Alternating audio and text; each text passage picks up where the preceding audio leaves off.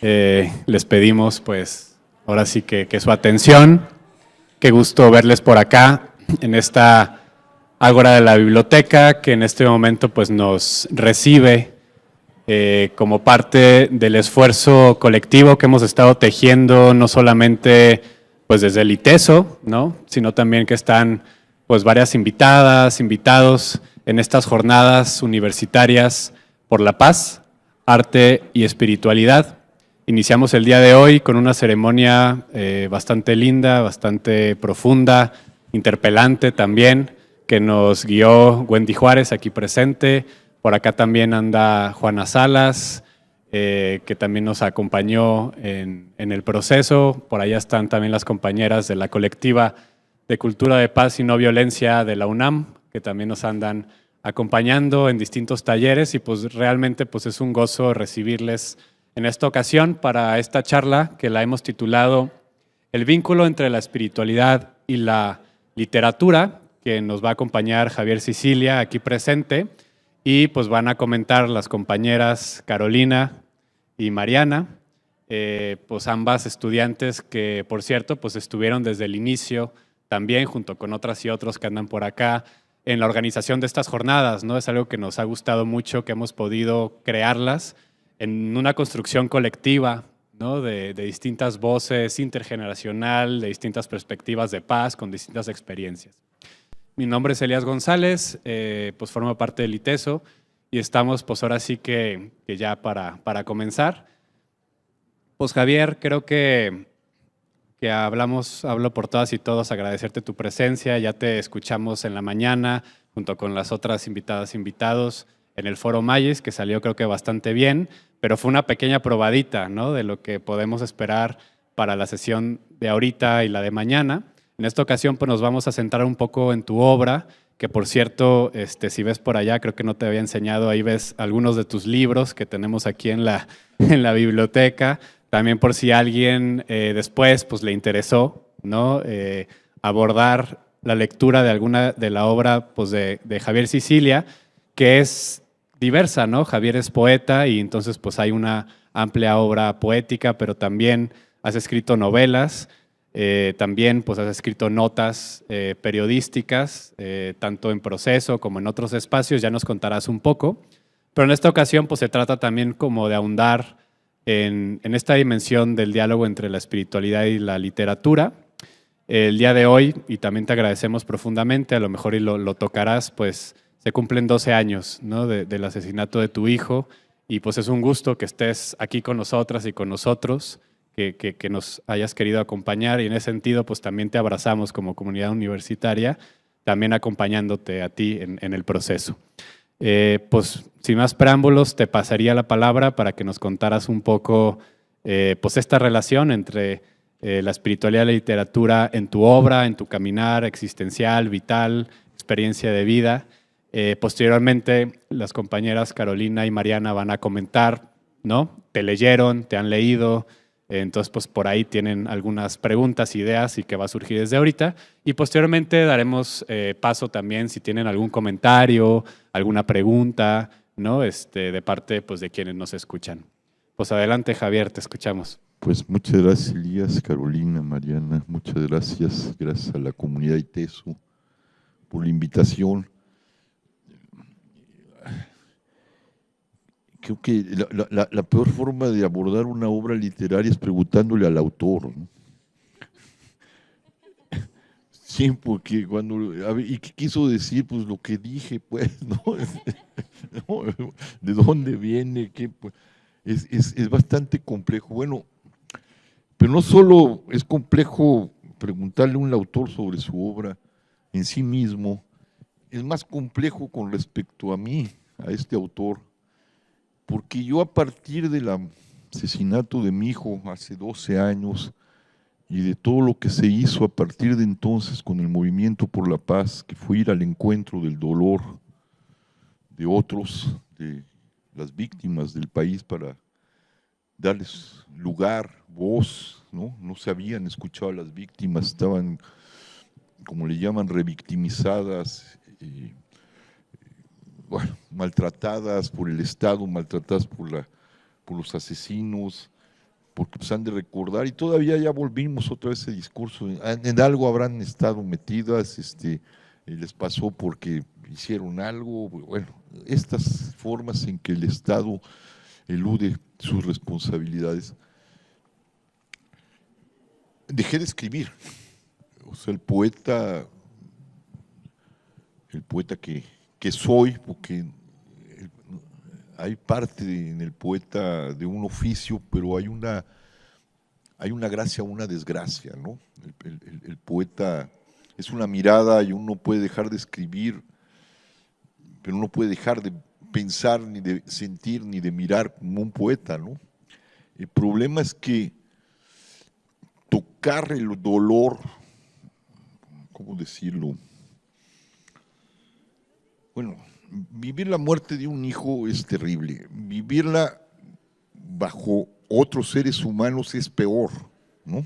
Es decir, uno no cuenta con, uno se casa, tiene hijos, esperando que los hijos lo entierren a uno y uno les dé lo que pudo darles y que lo acompañen en la vejez. Nunca uno tiene un hijo para verlo morir, ¿no? Ni traerlo para verlo morir, y mucho menos en manos de un prójimo o en manos de prójimos, ¿no? Y eso a mí me tocó brutalmente, y mi palabra se quedó atrapada en el otro lado. Yo creí que era una renuncia, ¿no? De hecho, lo manejé por mucho tiempo como una renuncia, como un acto de preservación de la palabra, que es la que guarda los sentidos, ¿no? Yo haría un paréntesis para hablar de la importancia de la palabra, ¿no? Es decir, la palabra nos constituye como humanos. Si algo nos constituye como humanos es la palabra, ¿no? Somos seres de palabras, decía Octavio Paz, ¿no? El mundo está hecho de palabras, y es verdad. Las usamos irresponsablemente, también es verdad. Pero sí, si Dios nos hizo a imagen y semejanza suya, como dice la Biblia, su imagen y semejanza es la palabra con la que creó, la palabra que se vuelve también prójimo. Y esa palabra ordena el mundo, le da sentido, le da contornos, ¿no?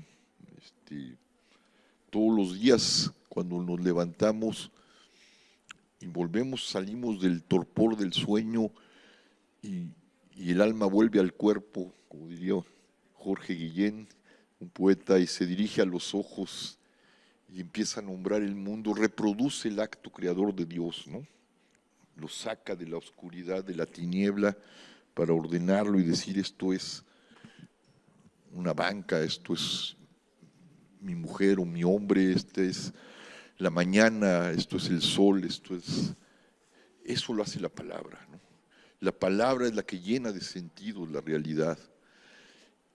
Y cuando mataron a mi hijo, yo decidí guardar la palabra poética, que es la más alta de las palabras, ¿no? Todas las grandes tradiciones religiosas, los grandes libros de las religiones son libros poéticos. El Génesis es un libro. Jesús mismo nunca lo hemos explorado por ahí, pero Cristo mismo es un poeta. Contaba historias, ¿no? Que le llaman parábolas, y complicaba la realidad contando historias, ¿no? Está hecho de lo más refinado del sentido. Y cuando sucede esto, yo decido, ese era mi argumento para no escribir poesía. Había decidido que mientras sucedió eso y lo que me encontré, padres y madres como yo y mi mujer, mi exmujer, que estaban sufriendo lo mismo que yo, criminalidad, fosas, horror, yo me dije a mí mismo: tienes que guardar la palabra sagrada en las urnas del silencio, porque la palabra viene del silencio y se dirige al silencio. Y si no hay oídos para que la palabra pueda refundar el sentido de la existencia en una vida humana, hay que guardarla, hay que retenerla. Pero con el tiempo me di cuenta de que no, esa cosa me hizo mucho daño. El sentido se quedó del otro lado. Soy incapaz de decir algo que pueda trascender el horror. Es mi caso, no es el caso de otros poetas, este es el mío, ¿no? Pero también me di cuenta que soy incapaz de volver a construir una historia, de escribir una novela, ¿no? La última novela que escribí es un acto testimonial, una novela testimonial que es El Deshabitado, que es una especie de autobiografía, de testimonio, un libro complejo, muy complejo. Y ya no pude escribir. Ya no puedo escribir. Algo me hizo el mal, ¿no?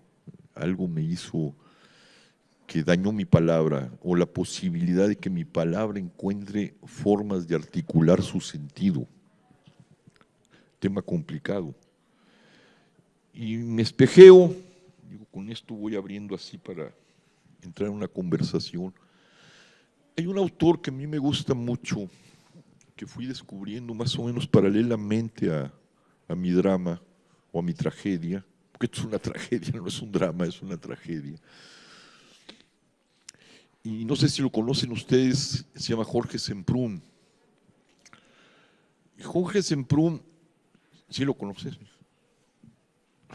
Jorge Semprún murió hace poco, un hombre que se forma en la izquierda. Él es hijo de, bueno, es el caso también de Primo Levi, pero voy a hablar de Semprún, que es un novelista. Primo Levi se vuelve un hombre del testimonio, era un ingeniero químico. Semprún era un hombre que quería ser escritor. Español, hijo de un republicano, viene la guerra civil, tienen que huir y se van a refugiar. El padre se los lleva a Francia, él se forma en Francia y muy jovencito entra en la resistencia francesa contra el nazismo. Y muy jovencito termina en un campo de concentración en Buchenwald. Él viene de tradición comunista, ¿no? Y bueno, logra sobrevivir Buchenwald y logra salir cuando termina la guerra, ¿no? Pero él se da cuenta que ya no, que el escritor que iba a ser, tiene un libro que para mí es su mejor libro, que es un libro, bueno, toda su obra desde entonces autobiográfica, que se llama La escritura o la vida. Entonces él sale y dice, no puedo escribir, quiero vivir, pero ya no puedo, tampoco puedo escribir, lo único que busco es cómo me inserto en la vida. Y se da cuenta de que viene con un dolor, recorrió un infierno del cual nadie sabe nada, o saben muy pocos, que había los campos de concentración. Nadie quería oír hablar de ese horror, como también ya casi nadie queremos oír hablar del horror que estamos viviendo en este país. Y se da cuenta que hay gente que nunca supo nada de eso, y él trae el infierno con él. Y por más que intente insertarse en la vida, no puede. Y la única forma de poder y encontrarse con el escritor que quiso ser es crear una obra testimonial. Toda la obra de Semprún, que es muy tardía, él empieza a escribir a los 40 años, es la historia del campo de concentración y del horror que vivió, ¿no? Una forma de la memoria, una forma de la resistencia, que es el no olvidar. Pero en el fondo el escritor se murió. Es un escritor de otra manera, de una manera testimonial, pero no es el escritor que él quiso ser. Yo fui el escritor que quise ser, pero el infierno me alcanzó de otra manera y me dañó. Ya lo único que pude hacer, quizá haya otra novela testimonial que será de donde termina El Deshabitado, y se acabó. No tengo más que decir.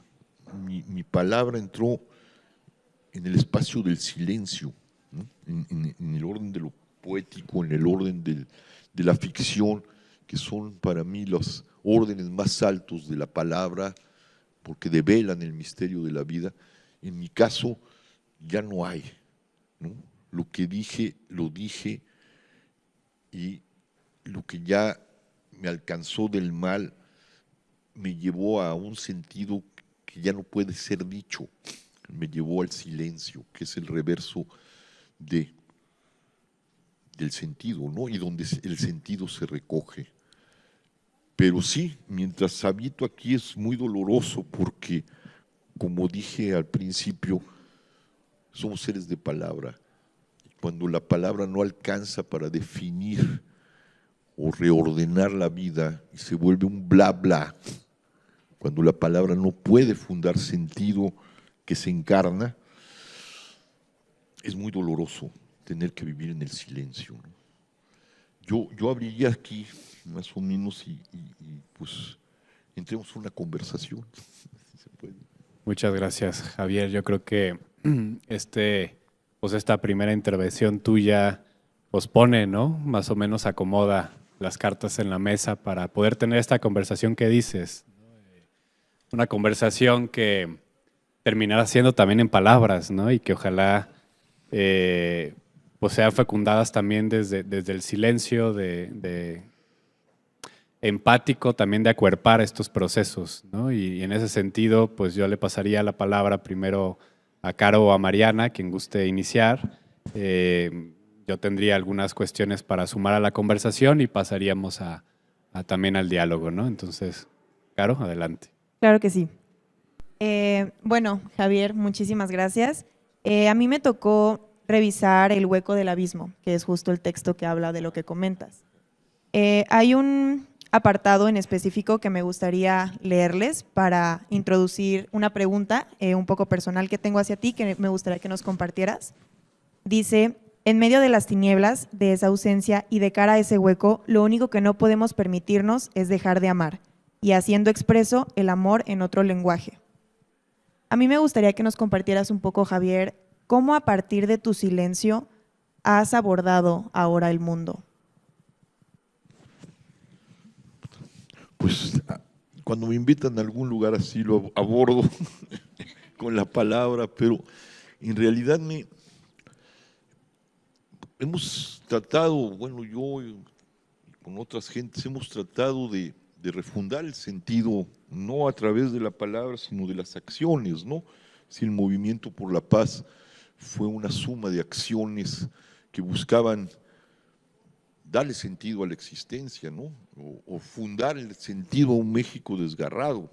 Cuando salimos, lo recordaba hoy en la mañana, había 40,000 muertos y 10,000 desaparecidos. Hoy hay 100,000 desaparecidos y más de 350,000 muertos, ¿no? En menos de 12 años, ¿no?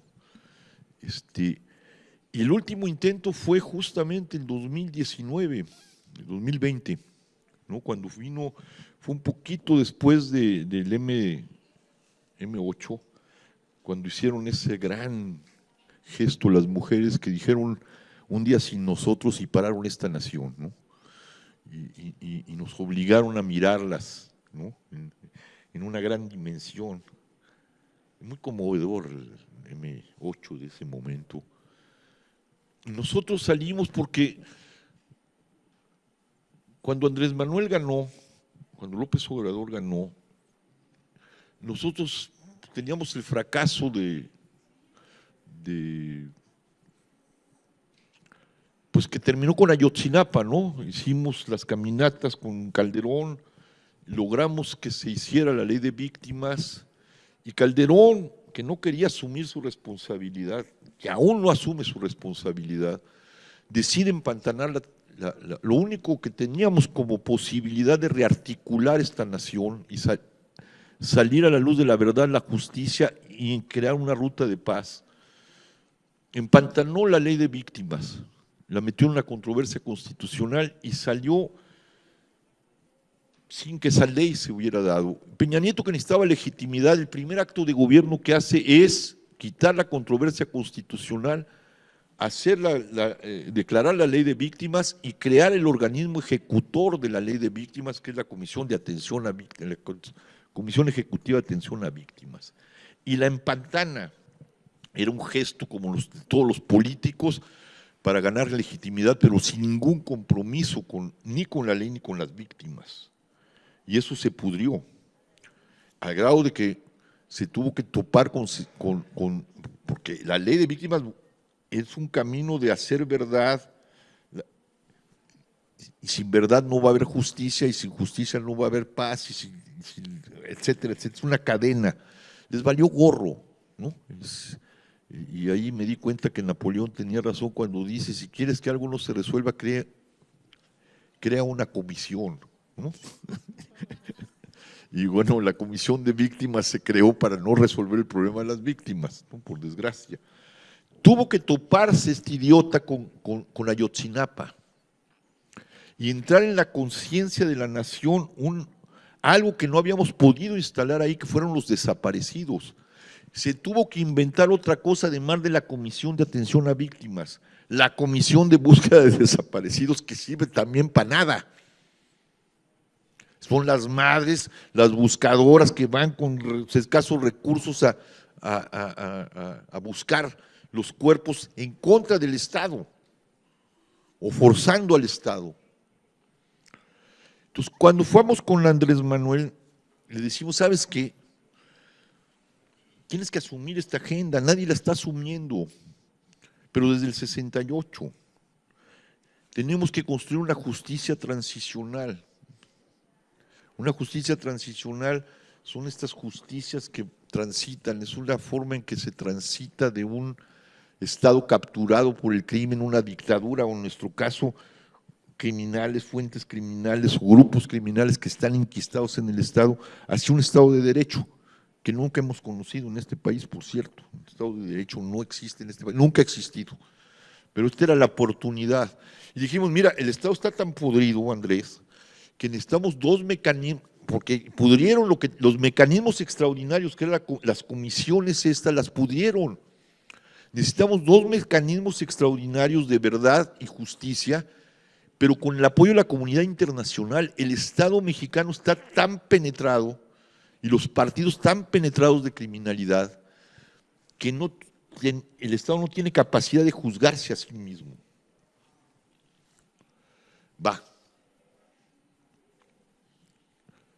Nos traicionó. Lo asumió, trabajamos los documentos con gobernación y con expertos que trajimos de todas partes de Sudáfrica, de Colombia, de Guatemala, para construir la política, y terminó echándola para abajo, ¿no? Militarizando y construyendo una única comisión de la verdad, además no extraordinaria en el sentido de que está fuera del Estado, sino dentro del Estado, que es la Comisión de la Verdad, que no ha resuelto el caso Ayotzinapa, ni lo resolverá, que es una muestra más del pudrimiento del Estado. No es capaz de resolver un caso. Hicimos la última marcha justamente cuando viene esta masacre de los Levarón, mujeres y niños asesinados. No había pasado una masacre de esa naturaleza. Salimos y se nos echaron encima todos, toda la izquierda, todo eso. Llegamos con 10,000 gentes, a nadie le importó. Y Andrés Manuel nos acusó de ser un show, de que no iba a manchar la investidura, etcétera, etcétera. Entonces se acabó incluso esa posibilidad de acción. ¿Dónde me encuentro el amor? Bueno, dimos mucho amor en ese momento, ¿no? A las víctimas, nos abrazamos, nos salvamos a mucho, el amor de lo que nos abrazamos y descubrimos de nuestro propio sufrimiento, nos salvó a muchos, ¿no? Muchos no murieron, muchas no se suicidaron, o muchas no murieron de tristeza, o muchos no morimos de tristeza, gracias a eso, gracias al amor de la gente que arropó al movimiento y a las víctimas que nos arropamos a nosotros mismos. Pero conforme va pasando esto, y uno va de decepción en decepción, y el movimiento ya no tiene la capacidad de convocar lo que convocó en 2011, y yo ya no tengo la capacidad de hablar, de producir eso, y además aunque produjera algo, ¿a quién coño le importa? ¿No? O a un puñado de gente. Uno se va reduciendo a una realidad más encarnada, ¿no? A la hija, o en mi caso que queda, al nieto, a la madre que está muy viejita, a un puñado de amigos y a resistir desde allí y a, pues, unos artículos o estos momentos y articular desde ahí el amor, ¿no? En una forma más pequeña, más encarnada, menos pretenciosa, pero es ese hueco donde el amor, que es lo único que vale la pena, tiene sentido y le da sentido a una existencia donde ya la realidad no tiene sentido, ¿no? Porque no puede tener sentido un país donde tenemos 350,000 asesinados, donde pasa una tragedia como la que pasó ayer, ¿no? Y es todos los días, ahorita la tenemos encima, pero ayer fueron los jesuitas. Y hace 13 años fue la matanza espantosa, la masacre espantosa de San Fernando, ¿no? Y todos los días tenemos un horror. No se puede vivir en un país así y tiene uno que ir arropando, porque no podemos transformar ese país, por desgracia.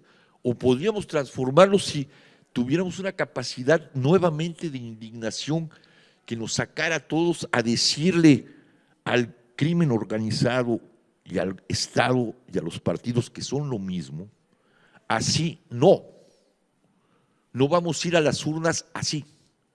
Si no hay una política de transformación verdadera, que significa construir una verdad, una paz y transitar un Estado de Derecho, no paramos este país como lo pararon las mujeres. Si pudiéramos hacer eso, que sería un gran acto de amor,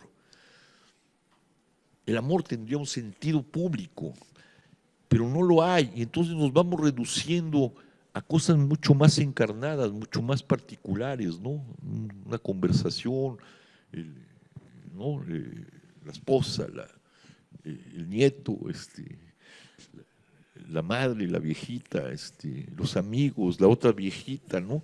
Uno va arropándose y va arropando a otros cada vez más en zonas más pequeñas, pero lo que vale es el amor, ¿no? A final de cuentas es lo que va a quedar.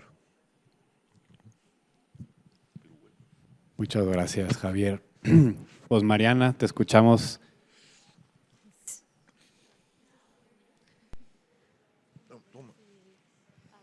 Perfecto, muchas gracias.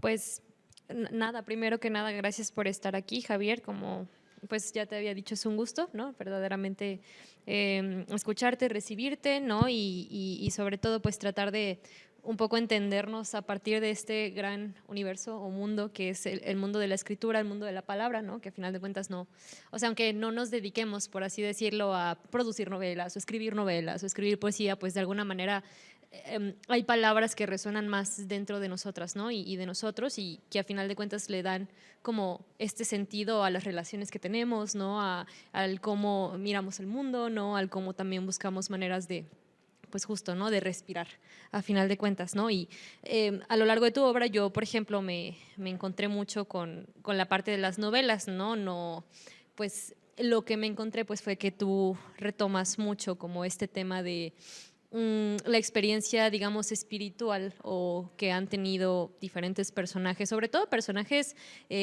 digamos, del mundo católico, por así decirlo. O sea, hablas, por ejemplo, de Juan el Bautista, uno de ellos, ¿no? Como que lo tomas de tus personajes, ¿no? Principales. Y también, no sé, ¿no? Hablas de otras vidas de los santos, por ejemplo, y tú te has metido también en su carne, por así decirlo, ¿no? Para entenderlos desde esa parte. Y pues en algún momento yo, por ejemplo, estuve revisando El fondo de la noche y, o sea, a mí lo que me llama mucho es que hablas de esta cuestión del silencio como entendido de dos maneras, ¿no?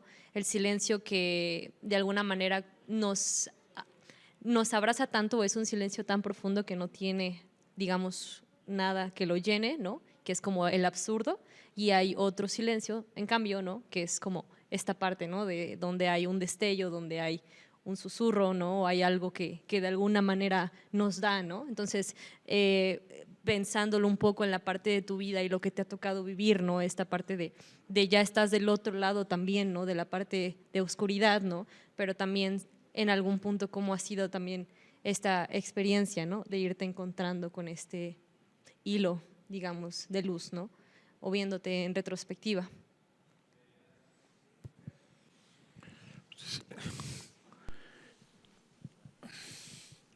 pues, ¿cómo decirlo, no? Hoy en la mañana estaba hablando de la fe y la esperanza, ¿no? Sobre todo la esperanza teologal. Y lo hablaba con Elías, ayer comentábamos, ¿no? Sobre a partir de la incertidumbre. Yo llegué a un silencio muy oscuro, ¿no? Es decir, creo que avancé con un silencio luminoso que venía de esos destellos, ¿no? Y que al final del camino me encuentro con un silencio sumamente oscuro, ¿no? Habito una oscuridad muy profunda, ¿no? Y no encuentro otro parangón, digo, guardando sus grandes perspectivas, y lo decía hoy en la mañana, ahorita que viene la Semana Santa, ¿no? El tema de la pasión y la muerte de Jesús. Siempre para mí ha sido una semana espantosa y dolorosa toda mi vida, ¿no? Toda mi vida me pareció un horror. No entendía eso hasta ahora, ¿no? Y nosotros la vemos a todo lo pasado, ¿no? Porque termina el horror del viernes y el jueves y el Viernes Santo y nos encontramos con la resurrección, ¿no? ¿no?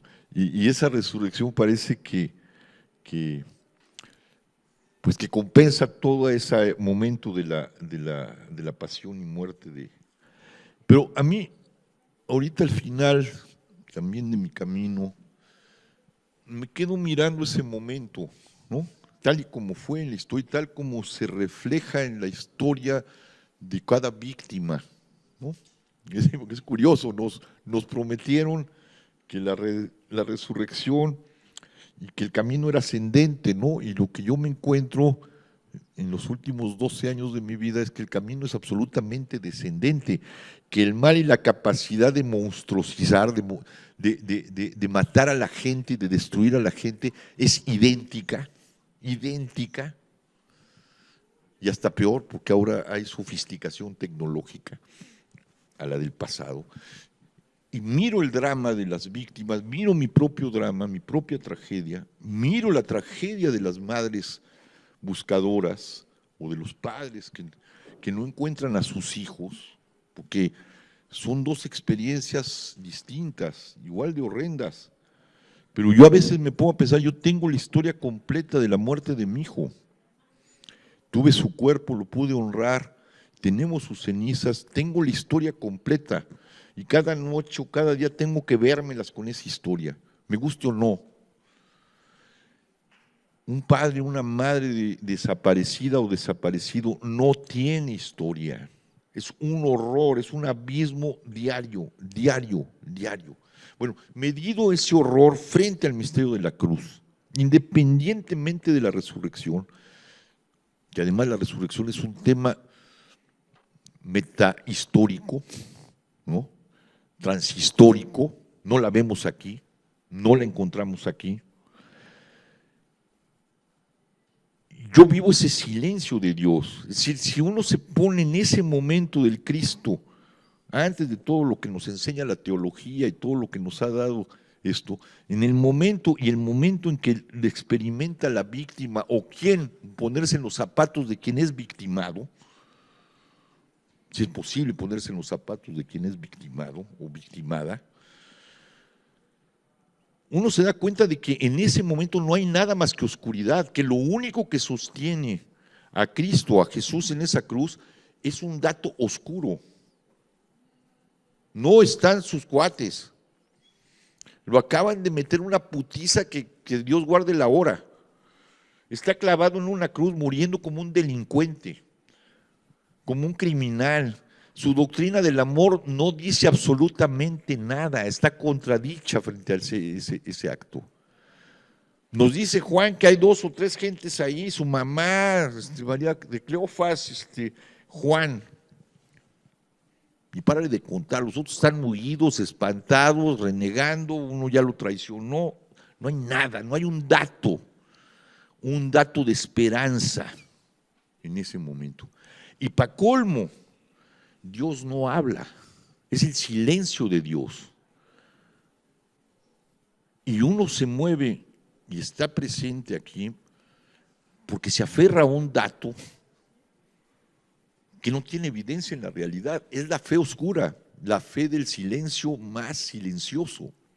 Es donde estoy parado. No es grato, a nadie se lo deseo, pero es a donde nos ha arrojado el mundo moderno y sobre todo a las víctimas. No hay esperanza que nos dé el Estado. No tenemos certeza de que mañana, porque se ha desencantado el mundo, la filosofía, la tecnología, desencantó el mundo, ¿no? Hablar de estas cosas teológicas pues suena un poco hasta ridículo, ¿no? En un mundo tecnologizado, en un mundo donde el misterio desertó. Yo me miro allí, me sostengo en un silencio y una fe muy, muy oscura, muy densa. Y creo que si no estuviera ahí el respaldo de Dios, que no se yo creo que yo me hubiera pegado un tiro, ¿no? No le veo mucho sentido a seguir luchando en una cosa que se ve que cada vez va empeorando. ¿Sí? Porque yo cuando salí hace 12 años, junto con las víctimas, otras víctimas, salimos con la esperanza de que no nos a mí no me iban a devolver a mi hijo, a nadie le iban a devolver a su hija o a su hijo. Eso lo teníamos muy claro. Pero nuestra esperanza es que ya no se llevaran al hijo de nadie más, que ya no hubiera padres que tuvieran que cargar con el horror con el que cargamos nosotros. Y no fue así. Y eso yo también eso me pesa.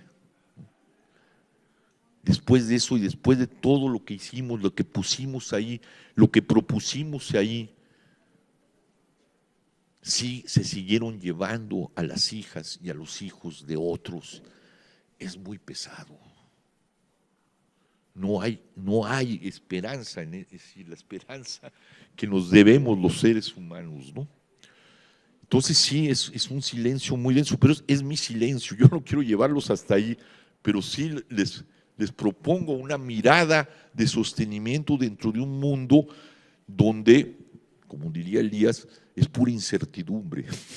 No hay certezas, ni del orden espiritual, ni del orden humano. Estamos, sobre todo las víctimas, en el vacío, en la noche, en la desesperanza, ¿no?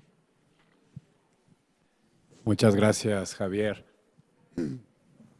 Pues comentando también un poquito, continuando esta conversación, y como para entrarle también a esta parte, sabemos que el primer evangelio que se escribió fue el Evangelio de Marcos, el cual termina justamente con la tumba vacía y que los narrativos, incluso en el Evangelio de Marcos, las narrativas de la resurrección ya aparecen en lo que le llaman el apéndice canónico, pero el Evangelio de Marcos termina en esa tumba vacía y los otros evangelios pues ya recuperan, ¿no? Como la dimensión de la que tú dices, esta dimensión teológica. Sin querer causarles una serie de spoilers, ¿no? Para quien se quiera acercar a la novela de Javier,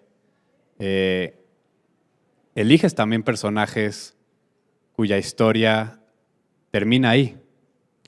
Juan el Bautista, sabemos cómo muere y ahí termina la novela, ¿no? No te imaginas el post decapitación de Juan, Maximiliano Kolbe, Auschwitz, ¿no? Campo de concentración, también termina. No te imaginas, digamos, a Maximiliano cantando las glorias eternas. Jacques Fesch, Charles de Foucault.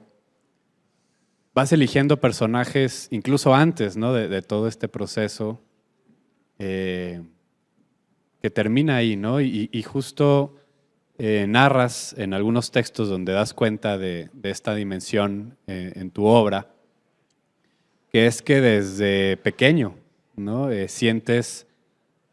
Sentías que se avecinaba algo, ¿no? Sí. Que algo venía. Sí.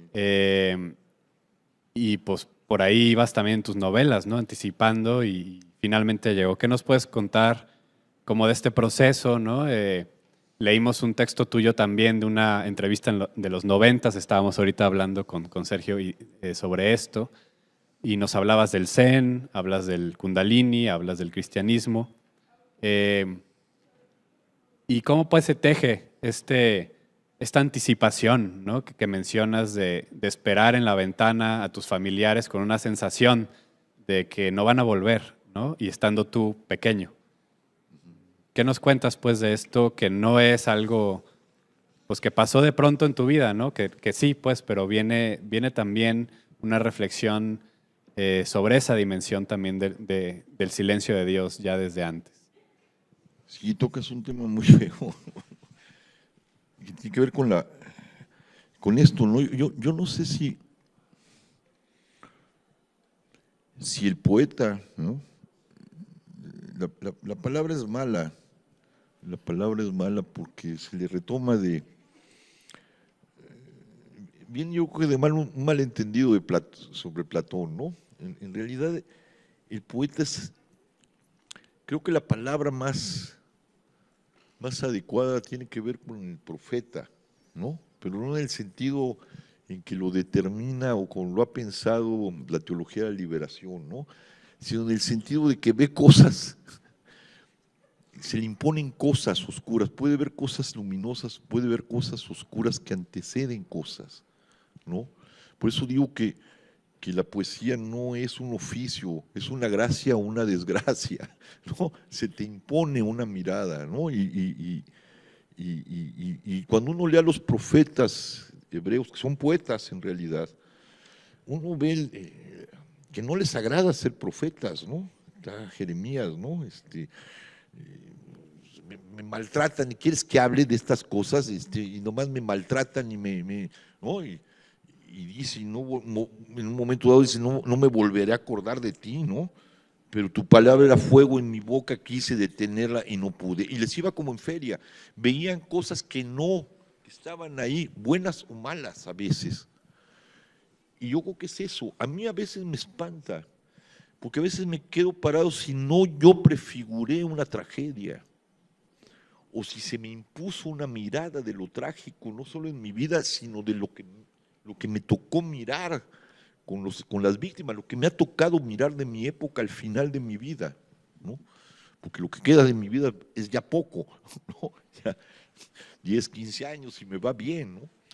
Es decir, me tocó vivir, y entonces uno se sienta y dice, lo prefiguré, porque la palabra, y volvemos otra vez a la palabra, y esto que voy a decir me preocupa mucho, me angustia mucho.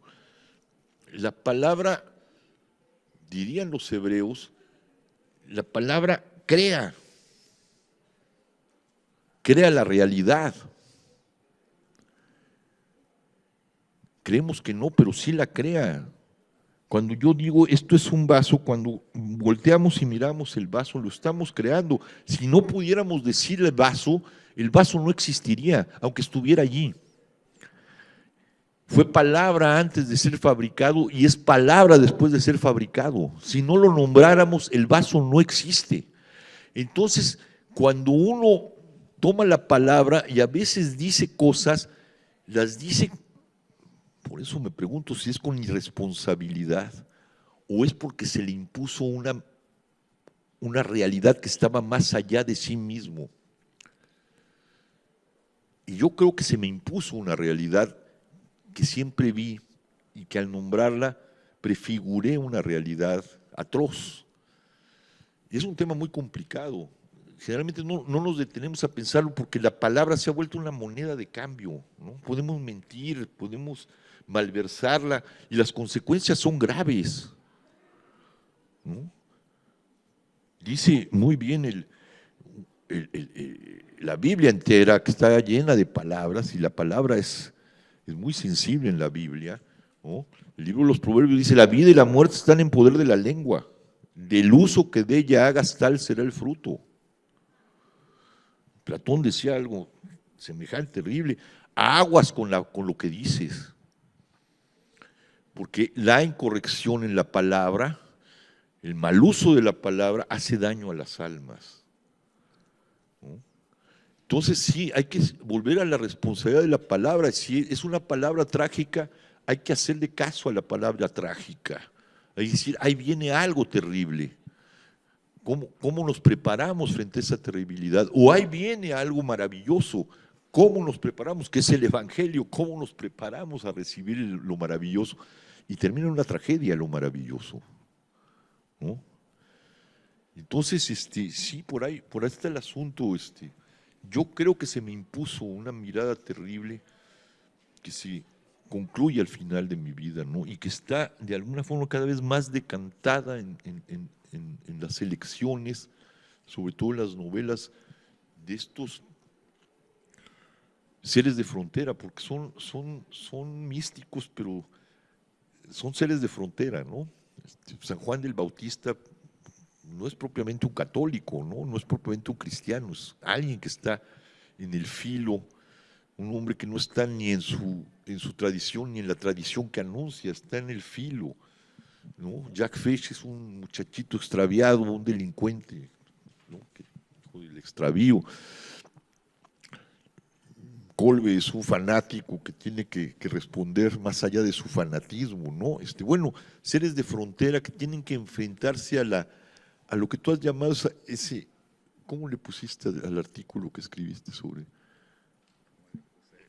el Dios oscuro? La oscuridad de Dios, ¿no? Frente a la oscuridad de Dios. Dios se ha vuelto oscuro, ¿no?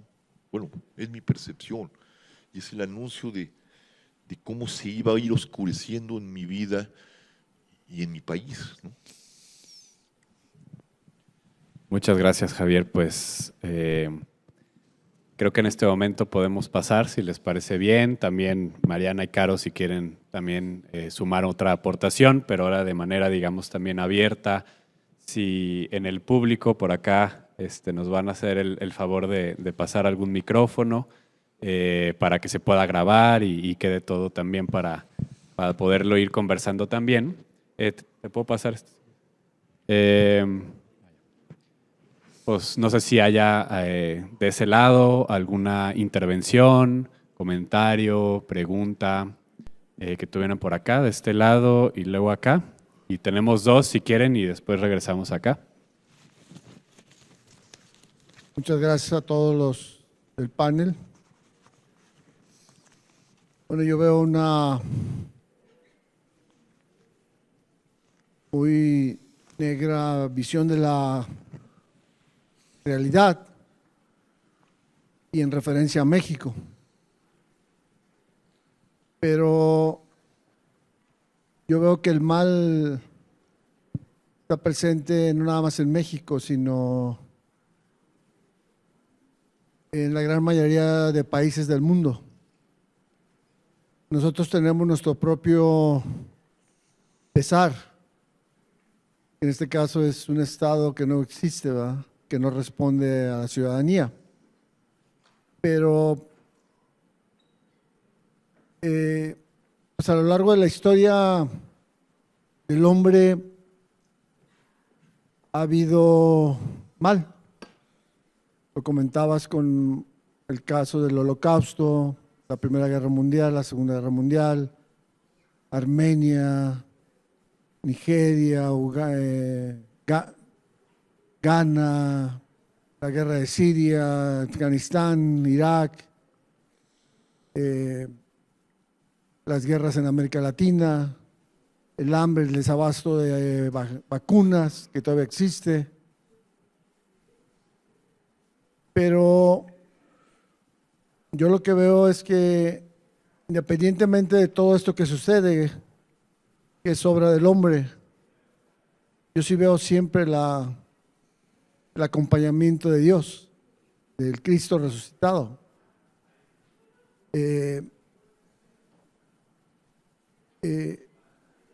La pregunta que quiero hacerte es, o a ustedes, los del panel, es: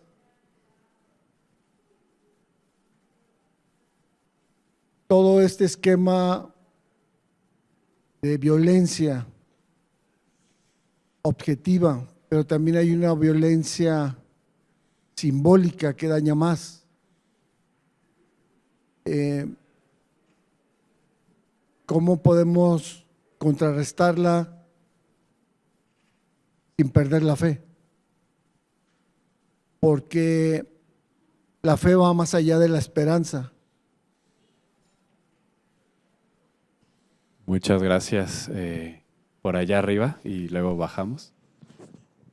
Bueno, buenas tardes a todas, a todos. Gracias por estar acá, Javier.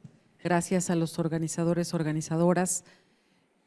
Con todo lo que se ha dicho aquí, me gustaría preguntar a Javier y al panel mismo y a los mismos que estamos acá, ¿no? Hacer una reflexión y preguntar, ¿cuáles serían las palabras? Yo sigo creyendo en las palabras más que en el silencio.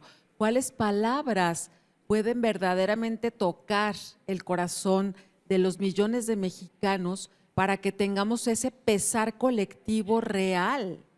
Que dejemos ese argumento de andaban en algo. Se lo llevaron porque A, porque B. Estas hipótesis que revictimizan a la víctima. Entonces, creo que mi pregunta es esa, ¿no? ¿Qué podemos hacer para que la narrativa en estos tiempos de crímenes atroces realmente lleguen al corazón y podamos, de la mayoría de los mexicanos y mexicanas, y podamos unirnos para saber que ese pesar tuyo y el de 350,000 que murieron por muertes violentas y de más de 100,000 desaparecidos, es mi pesar y es el pesar de todas y todos. Que lo único que nos puede unir es el amor al otro, realmente.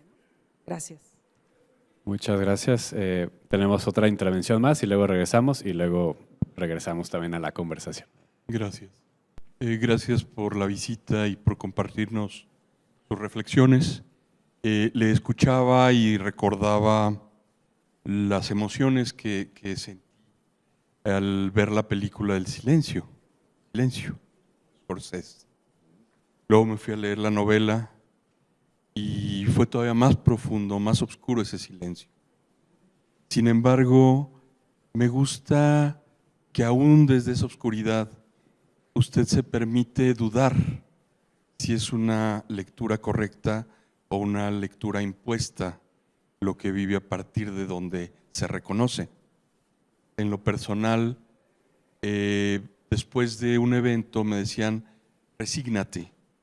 Yo decía, no, porque la resignación significa abandonarme y dar por hecho la pérdida.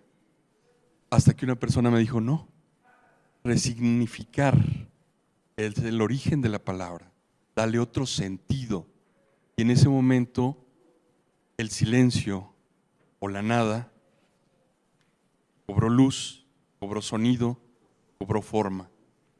Gracias por su reflexión, porque yo lo que escucho es que uno se puede llenar de silencio y ser dichoso también. Muchas gracias. Vamos a hacer una ronda y luego tenemos ya por ahí algunas manos levantadas. Acordarles que yo empiezo.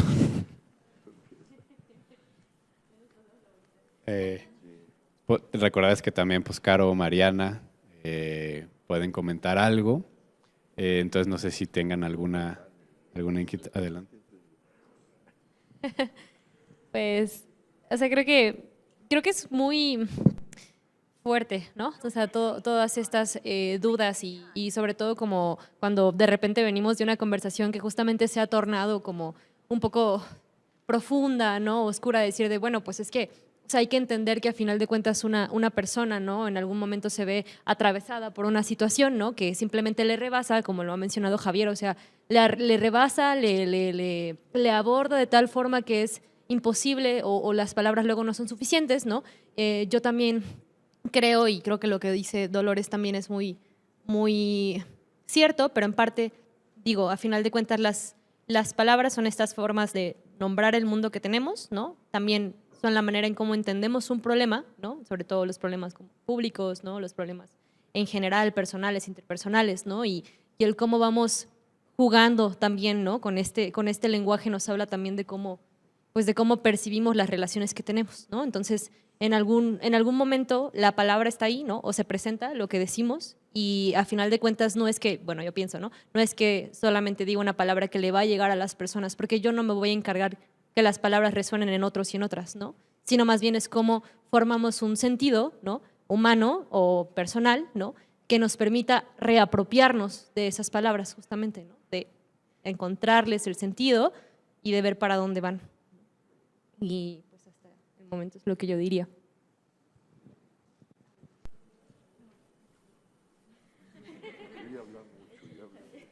Bueno, gracias. Creo que justamente lo que comentan ahorita al final me parece muy interesante esta parte como también de la resignación, que realmente no es un abandono, sino una reivindicación, ¿no? De cómo se percibe algo de manera personal. Entonces creo que eso también me parece muy valioso. Igual concuerdo con la perspectiva de Mariana, creo que es sumamente acertada de yo cómo puedo reapropiarme de este sentido de las palabras y eso compartirlo para que cause pues este impacto en otros, sobre todo pues ahorita en la realidad que vivimos en México. Sería lo que yo podría comentar. Gracias. ¿Tú, Elías? Gracias, Javier. Pues me voy a contradecir un poco a mí mismo porque voy a hablar, pero yo escuchando esta parte, ¿no? De qué podemos decir, yo me quedaba pensando, pues qué parte del problema es que vivimos en una sociedad con demasiado ruido, ¿no? Entonces tenemos como una incapacidad sistemática y diría yo impuesta para no poder escuchar. Sabemos que en este diálogo, digamos, este vaivén entre la palabra y el silencio, pues justamente la palabra auténtica es la que nace en el silencio, lo demás es puro ruido. Decía Poimén, un padre de la iglesia, que la distracción es la madre de todos los vicios, ¿no? Y vivimos pues, en una sociedad profundamente, digamos, con estímulos distractores, las 24 horas del día, con prácticas, para mí, o sea, no se trataría de caer en una suerte de conciencia espontánea, sino que nuestras prácticas cotidianas están entramadas justamente para que no nos escuchemos, para no poder acuerparnos, para no poder tener ese contacto de la escucha auténtica que transforma, y más bien a través de trabajos precarizados, en donde al final del día solo tienes chance pues yo qué sé, de tumbarte en la cama o prender la tele o no querer saber nada de nadie porque estás totalmente harto de 3 horas en el metro, de 4 horas en el camión y no puedes escuchar a nadie, ¿no? Entonces, desde la cotidianidad yo creo que vivimos violencias tales que ya cualquier palabra que pronunciemos, como no viene de ese silencio, como ya hemos perdido esta cultura, llámenle como quieran, moderna, occidental, como mejor les apetezca, pues hemos perdido cualquier tipo de enraizamiento en el silencio, que es el humus, ¿no? Diría Pietro, de cualquier cultura viva, ¿no? Eso todavía lo encontramos en las comunidades, lo encontramos en algunos pueblos, lo encontramos en las tradiciones ancestrales, ¿no? Que todavía están enraizadas en silencios cotidianos, en ciclos de la fiesta, del compartir, para encontrarse y escucharse y transformarse colectivamente. Pero pues en esta sociedad es imposible hacer eso. Repito, con las horas en el metro, y hay chispazos de luz, por supuesto, pero es a pesar de, no gracias a. Y eso es un poco como mi reflexión, ¿no? O sea, mientras no cambiemos también nuestras cotidianidades, nuestras prácticas del día a día y tratamos de buscar silencios elocuentes, pues lo demás no solo es o sea, vamos repitiendo factores y procesos de ruido, ¿no? Que es lo opuesto a la palabra, ¿no? Porque para mí la palabra no es lo opuesto al silencio, lo opuesto a la palabra es el ruido, ¿no? Pero bueno, Javier, ahora sí te toca, ni modo, ya pasamos todos. No tienes a quién pasarle el micrófono. Y yo no tuve oportunidad, no traigo pluma de apuntar las preguntas, pero bueno, ya que… Sí, creo que lo que estaba diciendo Elías es interesante, el silencio, ¿no? Pensamos poco en el silencio, hablamos mucho del silencio y lo practicamos poco, a pesar de que el silencio está allí, ¿no? Es decir, el silencio, una buena palabra emana del silencio, de una buena concentración en la escucha atenta que genera una palabra, ¿no? Y se recoge en el silencio para poder encontrar su sustancia, ¿no? Es decir, yo a veces pienso para volver al Evangelio, en el silencio de María, ¿no? Así que qué profundidad de silencio debió haber estado para poder escuchar al ángel, ¿no? Es decir, seguramente esa palabra estaba allí, pero tuvo que encontrar el silencio de María para que pudiera encarnarse, ¿no? Es decir, habla de un silencio sumamente atento, sumamente atento. Es lo que nuestra sociedad nos desposee, ¿no? Todo habla, allí habla, yo hablo, los micrófonos hablan, Carmen Aristegui habla, y si no tenemos a Ciro, y si no encontramos a alguien, pues, ¿no? Y todos hablamos, y nadie escuchamos, ¿no?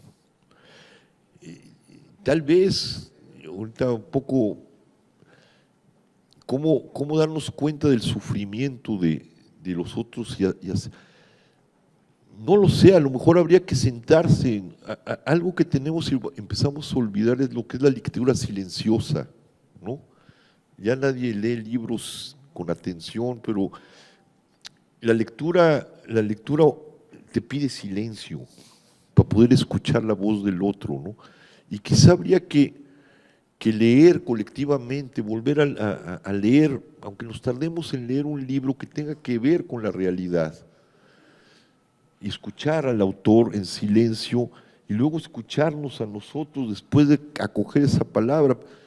Yo he estado, entre las cosas que hago, las pequeñas cosas que me tocan hacer después de estos grandes fracasos, he estado pensando mucho en el mal, el tema del mal, ¿no? O sea, ahorita hablé del mal, hablé de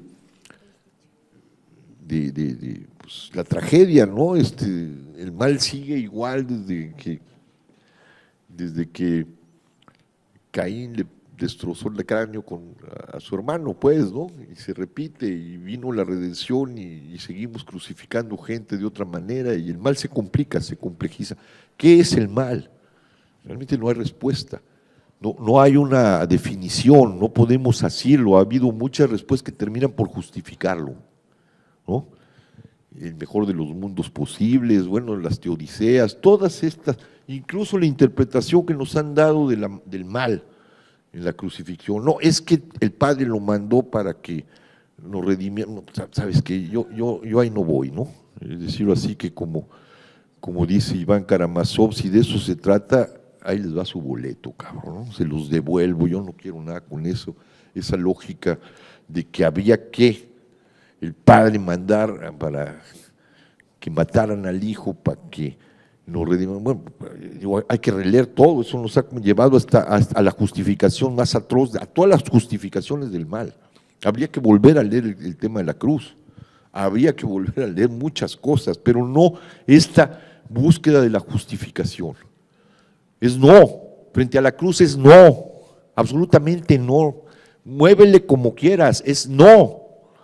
La de Cristo y la de cualquiera, no. No, es que no, a la chingada. O sea, si se trata de eso, no, porque vamos a justificar la muerte de cualquier inocente en nombre de algo que no está ahí en la realidad. Hay que darle otro sentido, y ese sentido es decir no. Habría que leer, por ejemplo, algo que rescata. Yo hablaba del tikkun hace rato. El tikkun es algo que está en la tradición hebrea, que quiere decir reparar. El mundo tiene que ser reparado de los males que le hemos hecho a la vida, ¿no? pero es algo que tiene que ver con Dios. ¿Cómo va a reparar esto? Pero nosotros podemos repararlo por la memoria, ¿no? Y yo lo que estaba haciendo, vuelvo a retomar, de las pocas cosas, es plantearme frente al misterio del mal y ver qué responde la literatura, ¿no? Tengo un curso que doy que se llama 5 respuestas de la literatura al mal. Cómo frente al fenómeno del mal ha respondido, por ejemplo, Camus, ¿no? Cómo responde Semprún, cómo responde Agustín, San Agustín, que además nos endilga toda una concepción sobre el mal que marca Occidente. Cómo responde Green, cómo responde Primo Levi. Y yo creo que pensar en las narrativas de aquellos que asumieron la responsabilidad del horror para contárnosla y ser una forma de la resistencia y contarnos la resistencia desde ese lugar y hacerlo en silencio y luego conversando, nos tiene que volver a sensibilizar frente al sufrimiento de los otros. No lo sé, son caminos. Tenemos que empezar también a escuchar a las víctimas de nuevo. Hay narradoras, sobre todo narradoras que están narrando el horror. Hay un libro de poemas que además retoma el pasado, ¿no? ¿Cómo se llama? Antígona González se llama el poema, ¿no? Y es sobre madres de desaparecidos, que es una reverberación de Antígona. ¿Qué nos están diciendo esas madres que esta joven poeta retoma para darles voz? ¿Cómo las leemos y cómo eso nos exige un compromiso con la realidad, ¿no? No lo sé, estoy pensando en voz alta frente a la pregunta que hizo, ¿no? Y pues la fe, yo creo que hay que abandonarse a que aunque el dato no esté, hay algo que nos sostiene, oír eso que nos sostiene, ¿no? Y digo, ese es mi caso, oigo algo que está allí, lo oigo muy pobremente, como una radio ya desconchinflada, ya no manda buena señal, pero que sostiene, de alguna manera uno está aquí, o yo estoy aquí, o muchas víctimas estamos aquí, porque algo nos sostiene, más allá de la evidencia, ¿no? Y es dejarse estar ahí, ¿no? Sin darle contenido, sin darle forma, sin darle ideología, simplemente el estar allí, que es el estar en la vida, ¿no? Y lo que único puedo decir de la fe, ¿no? Allí estar, ahorita, juntos, aquí, ahora. Mañana quién sabe, pero aquí y ahora está la hermandad, está la fe, está la alegría, pobre como una pequeña luz, como la luz del cirio pascual, pero hace que la noche no sea absoluta, ¿no? Muchas gracias. Por allá había una mano levantada la compañera, después acá Freud, Rezu y Ámbar. Sí, dije Freud, sí. La compañera, luego Freud, luego Rezu y luego Ámbar.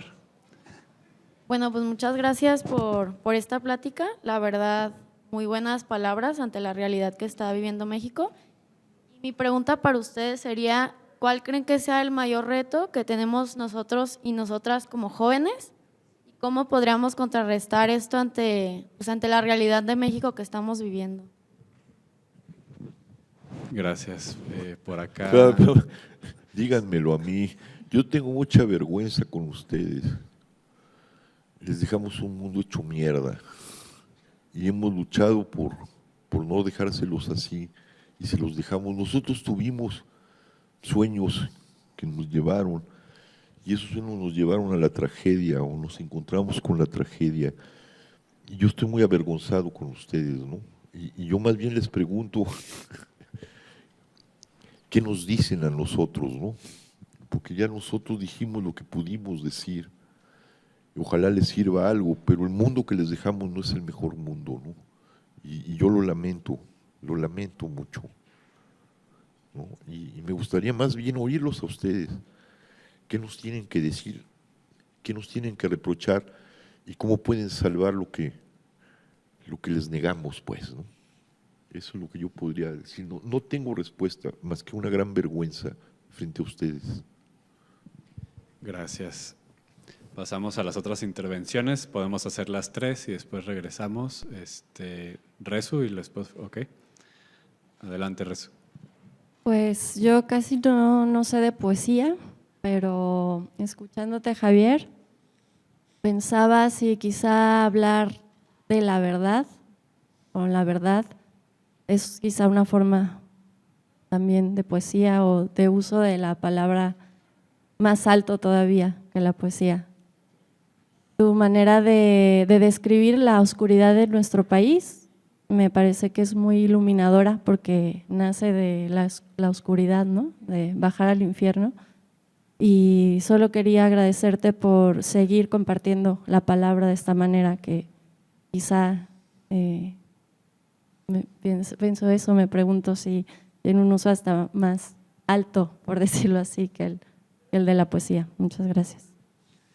Gracias, Rezu. ¿Te quitaron?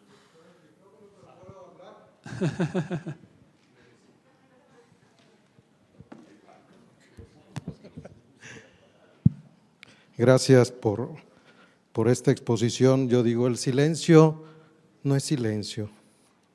El silencio siempre grita y grita más fuerte a veces que la palabra. Y es precisamente en donde se cocinan cosas grandes, en donde se cocinó la resurrección, en donde se cocina el sentido de la existencia de cada individuo, porque tenemos que recogernos con nosotros mismos para saber qué queremos.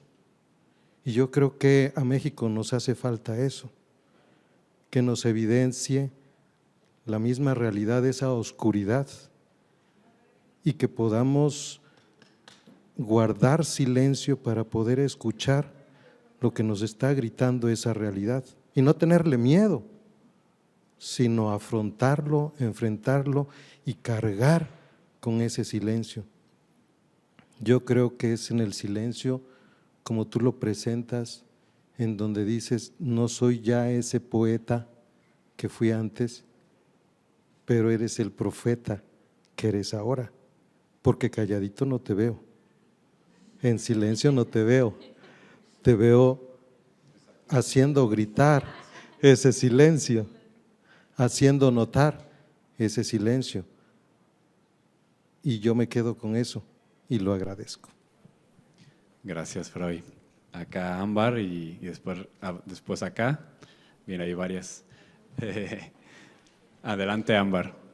Ahí te va. Adelante, Ámbar, sí.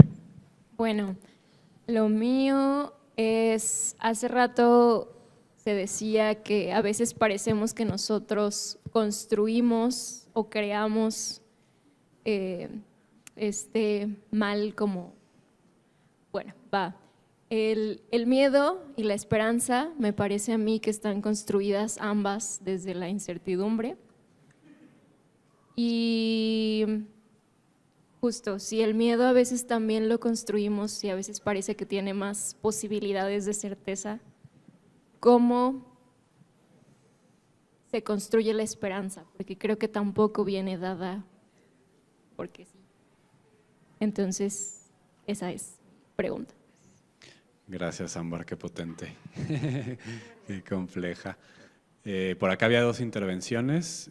¿Tienen? También tú, perdón. Ok. Ok. Yo no me quiero ir tan lejos a nombrar al Estado y empiezo respondiendo un poco a tu cuestionamiento y a lo que han dicho ustedes. Creo que para hacer una conciencia en multitud, lo siento, estoy muy nerviosa, creo que deberíamos empezar por dejar de invalidar y de invisibilizar los discursos de ciertas personas. Yo soy estudiante de Comunicación y Artes Audiovisuales. Me gusta escribir, no le sé mucho a la poesía, pero creo que me expreso muy bien escribiendo. Decidí escribir sobre mi vida y lo primero que escuché fue, nadie puede ser tan malo, ¿por qué lo pintas así? Y yo volteo y veo la realidad y digo, ¿en qué mundo vives o en qué mundo crees que estás viviendo? Entonces, yo les pregunto, puede que me salga un poco de tema, pero creo que sí lo podemos relacionar. ¿Ustedes cómo practican el perdón hacia las personas que viven a través de la realidad ficcionada? ¿Ustedes creen que es válido perdonar? A ver, más preciso, la realidad ficcionada. Sí, o sea, me he topado con mucha gente que vive la vida o algunos eventos que no han podido vivir en carne propia y creen que así son las cosas y no pueden ser de alguna otra manera. Y tú dices que hay que perdonar a esa gente. No, yo pregunto, ¿es válido? ¿Tiene que hacer? Bueno, habría que definir el perdón. ¿Qué es el perdón? ¿Qué dirías del perdón? Pues ahorita escuchando al señor de cuadros, no sé tu nombre, yo mucho tiempo lo relacioné con resignación, pero creo que ahora estoy teniendo una concepción un tanto diferente, más relacionada hacia el amor propio, porque no solo estoy perdonando al otro, estoy permitiéndome a mí perdonar. Ajá. Gracias. A ver. Pero,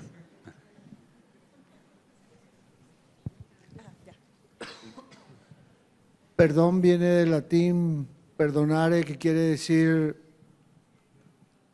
dar mucho don, entregar Aumentar todo. el don. Aumentar el don. El prefijo es Aumentar el don. aumentar el don, el Aumentar regalo. El regalo. Es un regalo. El amor es un regalo. Sí. El amor y el perdón. El perdón es más que el amor, porque es la abundancia de amor. gracias. Pasamos acá, últimas. No, pero dos. es un tema inquietante, ¿no? No, entramos porque yo siempre digo que el perdón es un carril de ida y vuelta. Uno tiene la intención de perdonar, puedes querer perdonar al otro, pero si el otro no está dispuesto a recibir el regalo, no hay forma de que el perdón se cumpla. Igual, tú puedes tener un sufrimiento que necesita ser perdonado y quien te tiene que perdonar no te lo da, no se cumple el perdón. Es un tema muy complejo y que tiene que ver con el aumento del amor, pero el aumento del regalo, es un regalo y el regalo tiene que ser recibido y tiene que ser dado. Y eso es la complejidad, ¿no? Tú decías a estos indiferentes, ¿no? Yo lo llevo más lejos. Yo me acuerdo que yo quería, bueno, yo he perdonado a quienes asesinaron a mi hijo. Yo quería verlos. Mandé el mensaje. Entonces, pues dijeron, estás loco. Y entonces, de repente llega mi cuñado, que era el que llevaba la representación me dijo, va, yo te abro la puerta, pero me pone el expediente de dos de ellos y me dice, mira con quién te vas a enfrentar, ¿eh? Entonces lees el expediente y ves unos tipos absolutamente oscurecidos que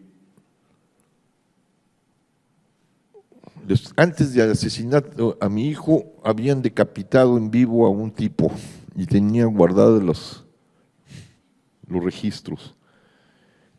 Y dice, ¿te quieres enfrentar a ese tipo? Porque ese tipo no te está llamando, tú le estás diciendo el perdón y él no te está llamando. ¿Te vas a enfrentar a él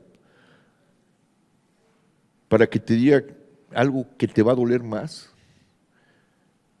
Allí no hay disponibilidad para el perdón. No sé si me explico.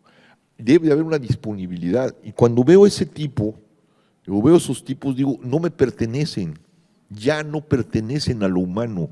¿Qué pasó ahí? No tengo la menor idea. Lo que sí tengo claro es que el perdón no se va a cumplir. Recuerdo después, en uno de estos 28 de marzo, que es la celebración, si se puede celebrar más bien, la conmemoración del aniversario de la muerte de México, que en Morelos la ley lo contempla como el Día Estatal de la Víctima. Nosotros dábamos, hoy no lo dimos, mandamos un discurso, pero no lo hicimos in situ. Y me acuerdo que las últimas veces llegaban las madres de los muchachos que secuestraron o que están en la cárcel, pero que no fueron directamente asesinos, fueron halconcillos o guardaron silencio.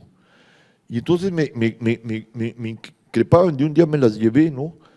Que yo tenía que perdonar, le dije, miren, yo he dado el perdón, pero ninguno de sus hijos me ha llamado para decirme que lo siente. Y ustedes vienen a reclamarme, y yo he dado el perdón, pero vamos entendiendo que el perdón no tiene que ver con la justicia. Yo puedo perdonar, pero la justicia tiene que hacerse cumplir. Y si quieren que salgan sus hijos, no me lo pregunten a mí.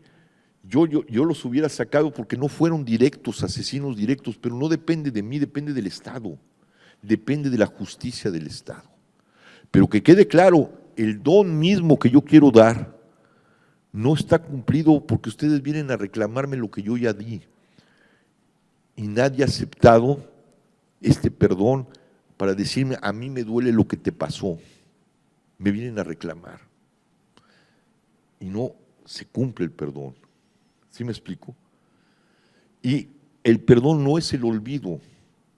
El perdón va acompañado de la justicia. Un perdón sin justicia es complicidad con el crimen. Un olvido es complicidad con el crimen. La justicia, el perdón tiene que ser acompañado de la devolución de lo que fue sustraído. No sé si me explico. Porque en este cristianismo chafa es perdona y se olvida. No, espérate, hay una afrenta aquí y hay una necesidad de restitución y olvidamos, y esto tiene que ver con la justicia transicional, que se basa en lo que es el sacramento de la confesión. Y hay que recordar propósito de enmienda, ¿no? Dolor de corazón, propósito de enmienda y penitencia. Y la penitencia es restitución a la falta. Y si no hay esos tres elementos, el perdón tampoco se cumple. Perdón sin justicia no existe. ¿No? Un perdón sin ser acogido o sin ser dado, sinceramente, no se cumple, no existe. Es sumamente complejo. Y lo damos por hecho, por dado. No es tan fácil, ¿no? Hay muchos elementos que esto sería el tema de un buen seminario, el perdón, ¿no? Sí, acá un par y… Bueno, yo quería hacer énfasis sobre cuando estás hablando sobre la fe en Cristo, sobre el amor oscuro. Bueno, mientras decías eso, a mí me hizo pensar este pasaje de Padre de la Iglesia, San Agustín de Hipona, donde está meditando en el mar sobre la Trinidad. Me quedé pensando mientras tú decías en eso, porque realmente es lo que sucede también con esto del perdón.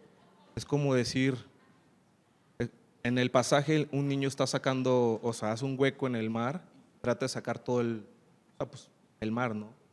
Y él lo ve y le dice que ¿qué hace que quiere sacar todo el mar? Porque es su pensamiento y que es posible. Cuando él se cuestionaba siempre por la Trinidad. Entonces, ahí yo lo relaciono con lo que dice sobre el perdón, de que a veces hay algo que está impuesto que no puedes ver más allá porque lo tenemos dentro. Solamente es cuestionarte si tú lo quieres hacer de corazón o simplemente mirar a través de la justicia o de las otras cosas, pero siempre tiene que estar la voluntad. Te iba a hacer una pregunta, pero terminé diciendo esto. Muchas gracias. Acá, ¿no? ¿Listo? Pues si les parece, invitaría aquí también a una ronda pues de intervenciones con las que prácticamente pues iríamos cerrando. Pues una ronda, ¿no? Como de cómo nos quedamos, invitaciones, interpelaciones, porque bueno, seguimos en este camino, es el primer día de las jornadas, nos seguiremos viendo, ¿no? Entonces ojalá también puedan participar. Ahorita hablaremos un poco de esa parte, ¿no? Entonces no sé, por acá, Mariana, Caro, si les gustaría participar.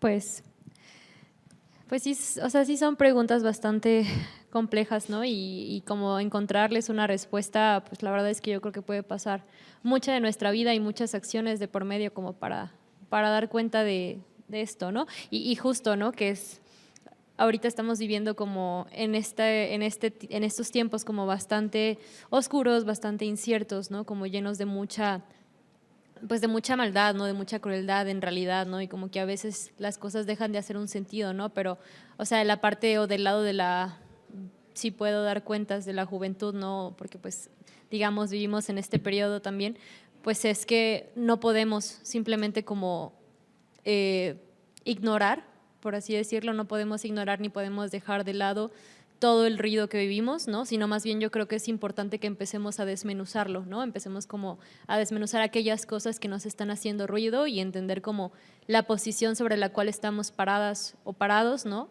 Y pues sobre todo cuando tratamos de entender a las problemáticas o los problemas que hay, pues no es solamente como discursos y facciones, ¿no? Siempre son como las personas las que están al frente, las personas las que están atravesadas, las personas las que están confundidas, las que tienen como un montón de preguntas, ¿no? Entonces, más que nada, mi comentario sí sería en torno a eso, ¿no? Y pues a final de cuentas a vivir con las preguntas mismas también, ¿no? Como a vivir con esta incertidumbre, ¿no? Porque no es algo que nos vaya a terminar, ¿no? O sea, lo que nos va a terminar o rebasar es que la gente nos quiera dar respuesta de algo, ¿no? Que ni siquiera conoce, ¿no?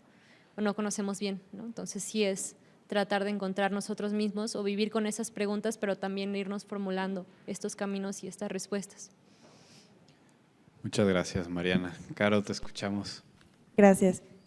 Pues sí, complementando un poquito lo que dice Mariana, creo que también es importante todos nosotros sensibilizarnos ante lo que está pasando, porque lamentablemente pues no son nada más cifras que vemos en las noticias, no nada más son pues gente a la que le pasa esto, somos todos, yo creo que somos parte de lo que está pasando en una colectividad, entonces creo que es muy importante también justo hacernos estas preguntas que yo creo que son existenciales, o sea, son importantísimas para hacernos en lo individual, en el silencio, en la introspección, para después también pues poder impactar, poder vivir de una manera colectiva.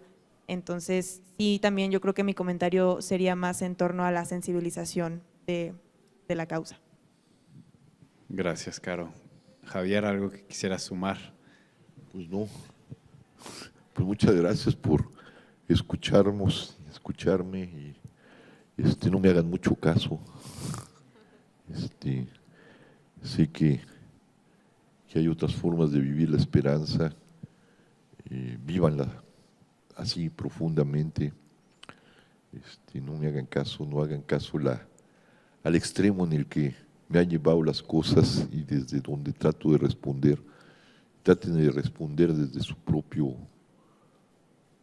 propia vida, pero nunca pierdan de vista a los otros, ¿no? Y el consuelo que necesitan los otros, porque estamos lejos de la justicia y lo único que nos queda es el consuelo, que es estar en la soledad, con la soledad del otro, y eso es mucho, eso es la sustancia propia del amor, ¿no? Y esperando que en algún momento la justicia pueda hacerse en este país y podamos encontrar la paz. Muchas gracias por estar y gracias por invitarme. Muchas gracias, Javier, Mariana, Caro, por habernos acompañado, a cada uno de ustedes, ¿no? por estar aquí. Pues ahora sí que les invitamos a continuar con esta actividad. Cerramos pues el primer día, ¿no?, de nuestras jornadas universitarias por la paz, arte y espiritualidad. Pero el día de mañana vamos a continuar a las 9 de la mañana. Tenemos pues un espacio de conversación, de aprendizaje sobre pues, distintos ámbitos de construcción de paz, de distintas perspectivas.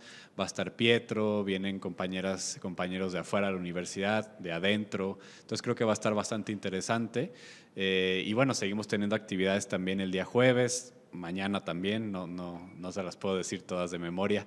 Consulten, pues ahora sí, la agenda ITESOL, ahí las imágenes que van circulando pues con los cartelitos. Y nada, pues aquí seguimos, ¿no? Seguimos pues con este reto. Al final del día se trata de eso, ¿no? De asumirlo en serio, ¿no?